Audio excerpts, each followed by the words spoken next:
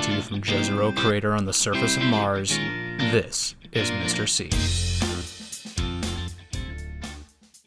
And 8th graders, happy downhill day, and it's a short hill that you had to climb this week, right? So let me look at you, look at your eyeballs. See if you're showing evidence of brain drain. Did you lose some brain cells on those tests, did you? Okay, anyway, I hope you still have, somewhat left of your brain function. So I have good news for you this week. Good news on a number of fronts. No test this week for you, so because you have a short week. So, but part of it is going to be this. So I would say there's a good chance there'll be one form of quiz, not a test, or another on Friday. So you got to pay attention this week. You just can't pick your nose all week. So you've got to use your journal. You've got a white sheet. You've got to be active using your white sheet. So I'm going to ask you for a number of things to put on your white sheet, to stick in your journal. So anyway, first order of business, I don't want to forget. So let me find this calendar and show it to you. All right. We basically have 4 weeks left and then finals. We have this week. Today is the 28th, right? See it at the top there? I wrote it in. You see where I wrote at the top? This is actually May. But April 28th, you tested on the 26th and 27th. So we have 28, 29, and 30 left in April and left this week. Good news. And then after that we have the week of the 3rd. You'll have a test next Friday, a week from Friday actually, on the 7th. Another test on the 14th. Do I have them? Maybe not. Nope. I didn't bring them out. Yeah, I did. Your SSRs, worth 10 points if you do a nice job. You've got to do an excellent job, or I'm not automatically going to give a 10. It'll be a 9 or an 8 if you just whip it out super quick, or if it's not messy, or your bullet facts that you write are super skinny. Probably be an 8. I don't like to give out 7s on SSRs, but I mean, if it really is terrible and deserves a 7, so be it. So do a nice, you're 8th graders, you're almost in high school, right? So anyway, 10 of these babies, it's due on the 14th. So, and on the final, I guarantee I'm going to ask you this on the final. Why do you get SSRs from me? Well, I don't give you the SSRs, but why do I have you do SSRs? So that you can learn to appreciate the different things that God gives us, big and little, to bless us, for us to, and what's the verb I'm looking for? That's in Timothy. For us to enjoy. That'll be on the final. Every day up until the final, I'm going to give you some things that are guaranteed on the final. There's one right there, that verb. So I might even ask you, what does SSR stand for? Stop and smell the roses. Okay, now on the, where is it? On the 19th, you see I circled the 19th. You know those science activities that you were supposed to have done in your journal? So what are we looking at? We're looking at the 28th. So 1, 2, 3 weeks from today, those are all going to be due. And they're going to be worth 2 points each. How many are there? I think there are 4 times 4. That would be 16. Each one is worth 2 points. There's 32 points. So I'll be collecting your journals and looking for those in your journal. It'll be worth 32 points. Again, if you do a great job, you'll get 32. If you don't do such a great job, it'll be 32 minus whatever it needs to be. So, Mr. Phillip, over the next 3 weeks, there'll be some time at the end of the period for those of you that you just flat know you haven't done a great job on those. Well, then you better get after it. Can you afford that week of the 19th or the 21st? Can you afford to get a low score on a 50? Wait a minute, I thought, whoa, time out. I thought you said it was 32. Well, that part is.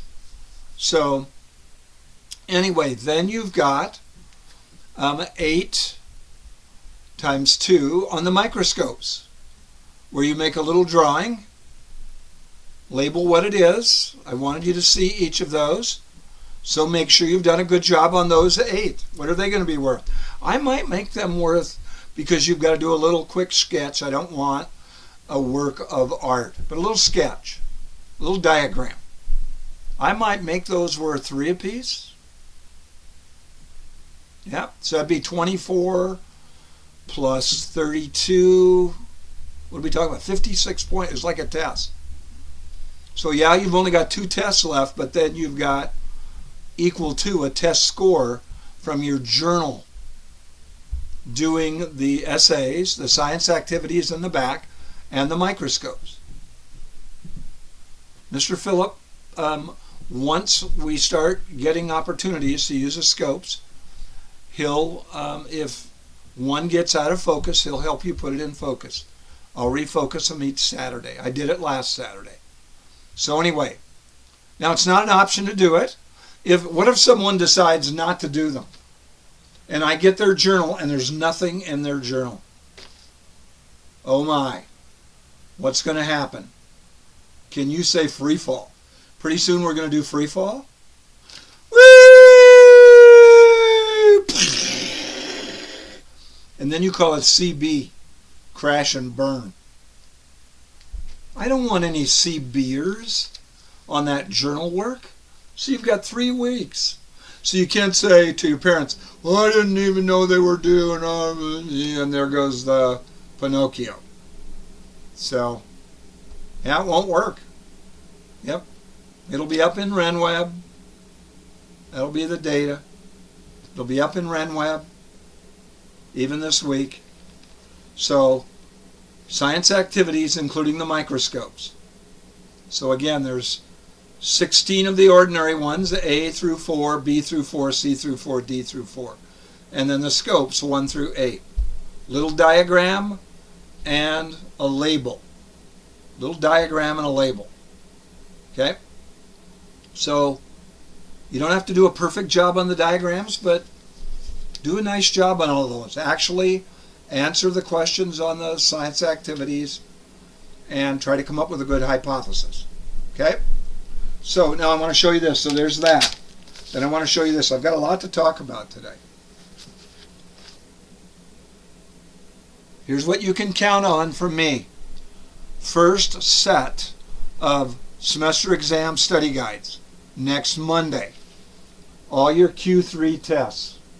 Quarter 3 tests with answers Monday. May 10th. Second packet of study guides for the semester exam. So you can't tell your parent, we didn't get the study guide in time. Pinocchio! Yeah. So, anyway, you're getting the study guides in plenty of time. And then on May 17th. So, it's just going to be general stuff plus your last test that you take on the 14th. So you'll get it back.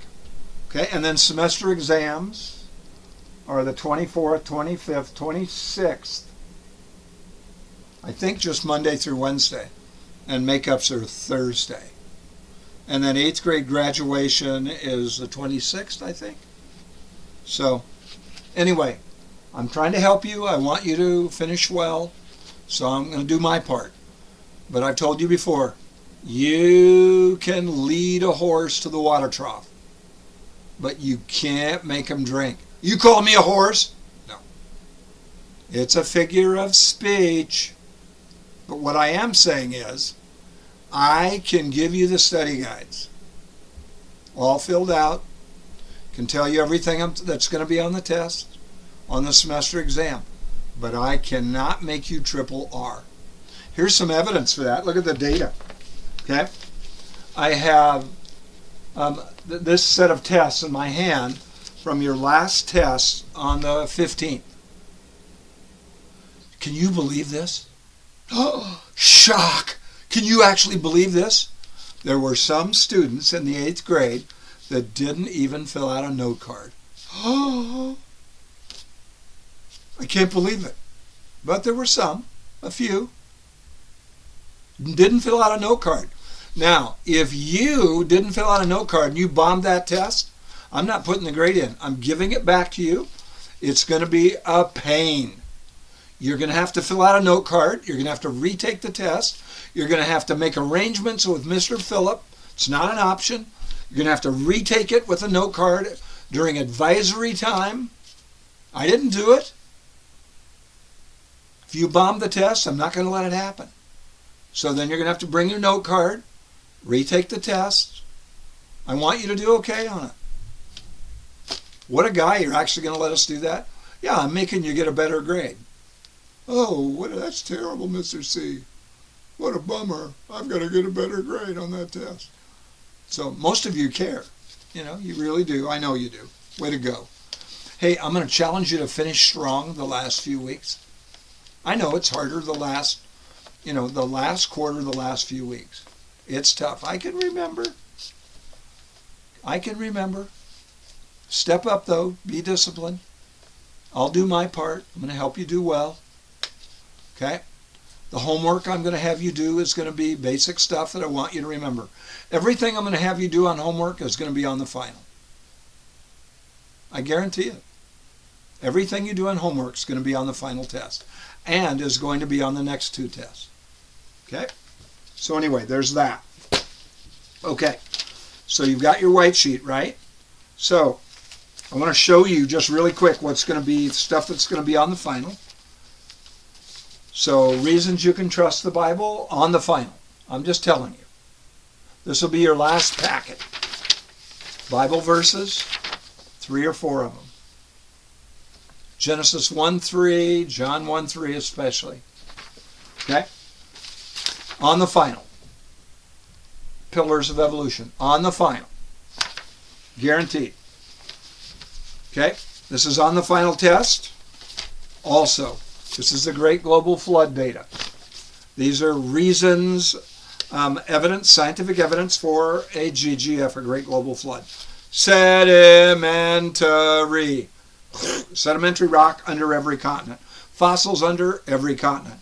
Coal under every continent. You know, coal is just plant fossils, right? Oil under every continent. Canyons on every continent. All the continents, rapid continental drift. Shells on the highest mountains on every continent. Mountains raised up, okay? Caves on every continent, okay? Every continent has cultures that had a flood tradition. 200, see that down at the bottom? 200 different cultures that had a flood tradition. There must have actually been a flood. Yeah, I'd say. That's pretty good data. Okay? Anyway, I'm not showing you everything, but some of the things. Okay, Gardner's smarts. You know, music smart, art smart, all of those. Math smart, word smart, all of those. Part of and the information on your superpower. Okay? Next week, what's going to be on there? Laura's big point from her last little talk. Here it is. Can do. You can do anything you set out to do. You can do it. If you practice, you'll do it better. You might not be a natural at it, but you'll get way better the more you practice. I stink at free throws. Okay. Then shoot 50 every day. See what happens. You'll go from making, if you're really bad at it, 0 Won't be long before you'll be making 3 or 4 or 5 out of 10. Can do. That was her major message. So don't ever say to yourself, don't, self-speak. I can't do this. Yes, you could. Yeah. If you work at it, if you practice, you can. You can do anything. Yeah, you can do anything you set your mind to. Now, are you going to be as good as someone who's a natural at it? Maybe not. Doesn't matter. You'll get way better. That was her major message. And then she's going to have a study guide on 6 to 8 things that she wants you to remember. Okay? Of course, all the chemistry stuff on the final. Guaranteed. Metric system, King's Play chess, on the final. Okay? And I'll have this for you, this study guide for you. I'm sorry, King Henry. Okay? So anyway, all of that will be there. All right, your test next week will include proteins. Proteins are made of 20 amino acids. Those amino acids can be mixed up in long chains. Kind of a modest chain of amino acids, 150, to make a modest protein. You have 20,000 different proteins in your body doing all kinds of different jobs. I shouldn't have said different, 20,000 total. Thousands of different ones. Because you can mix all the amino acids up. And here's the chance, this will be a bonus point on next week's test. What's the chance that one modest protein can form by chance? No chance, really, because the fraction is too small. 1 over 10 to the 164. That's that number. 1 over, it's a fraction. 1 chance over 164 zeros. That's your fraction. Yeah, but there's 1 chance. Some people go, time out, wait a minute, and they raise their hand and go, yeah, but there's 1 chance. No. The denominator is so big it could never happen. If you had 100 lifetimes to try to have it happen by chance, like try to win the lottery, 100 lifetimes, not happening, if that's the chance. If that's your chance, mathematically it's impossible. Anyway, wanted you to see it? So I continue to make this available to you. The constellations, star patterns. Orion's about ready to go bye-bye because the sun is setting later and later. High in the west, 8:15 to 8:30. The belt star is pointing down to Sirius, the brightest star. Okay? And this information will be on next week's test. Overhead, we've got the Big Dipper. You recall, almost right overhead, about 8:15 to 8:30 p.m. every night. It's clearing out. The storm is going bye-bye. And the handle stars point to Arcturus, the number 4 brightest, Arcturus. Follow the arc to the east to Arcturus. Easy to spot. Once you find the Big Dipper, follow the handle to the east, Arcturus. Follow the 2 cup stars to the north. There's a dim star they point to, Polaris. There it is, Polaris. Is it a bright star? Nope. Well, who cares about it? Well, it's right above the North Pole. That's why it's famous. The Pole Star, the North Star, the Polaris star. There it is. Polaris. Say that. I'd say that to yourself 2 or 3 times. Polaris. Okay. So anyway, all of that. And then, check this out. We had a supermoon, you're going to miss it. So, well, if tonight you go out about 9:30, you'll see it come up. But we had a supermoon. That means it looked bigger, and it looked brighter. Was it really a bigger moon? Nope. Was it really brighter? Yes, it was brighter. Did it really get bigger? No. Why did it look bigger? Why was it brighter? Because it was closer. Check it out. The moon has an elliptical orbit, a flattened circle. That's an ellipse. You know this. So I want you to remember about supermoons. This will be on the final too. Do you see these two places right here where I've got SM right there and right down at the bottom? Right there. See that? You see how that the moon is closer right here in this orbit and closer right there. See that? Closer to the Earth. When it's over here, it's further away. And when it's over here, it's further away. So when it's closer, that month we have a supermoon. We've got another supermoon later in the year. So because it's closer, and because it's closer, it looks bigger and it is brighter. Okay, so anyway, all of that. So how are we doing time-wise? Good, good, good, good. Okay, I want to explain your homework just as quick as I can, though. I wanted to review just a few things, and I'll spend more time tomorrow. So, how can you tell that my hand is moving right now? How do you know? How do you know there's motion right here? How can you tell? Because my hand is moving against the background, right? Me, I'm the background actually. So my hand is moving in front of me. So that's how you tell something's moving. It moves against a frame of reference, a reference point. I am the reference point. So you can tell it's moving. That's how you can tell. Now, the Earth is rotating 1,000 miles an hour. I pointed this out last week. Can we tell we're going that fast, rotating that fast? No. Why not? The Earth is huge. The Earth is 25,000 miles around in circumference. So it's huge. So it takes 24 hours to turn around once. So it rotates 1,000 miles an hour, 25,000 miles in 24 hours. So anyway, it's whipping around pretty fast. What's the only way we know?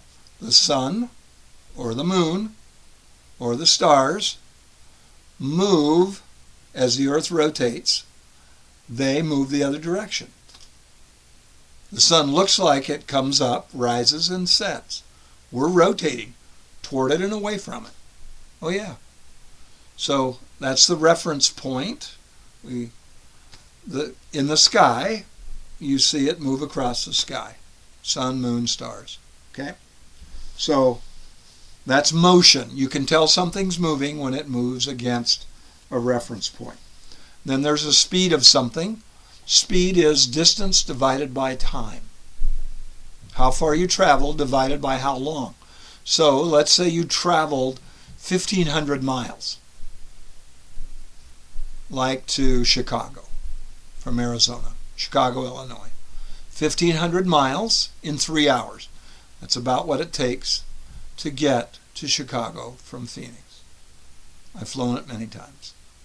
So you divide the 1,500 by, you divide it by 3. What do you get? 500. That's your speed.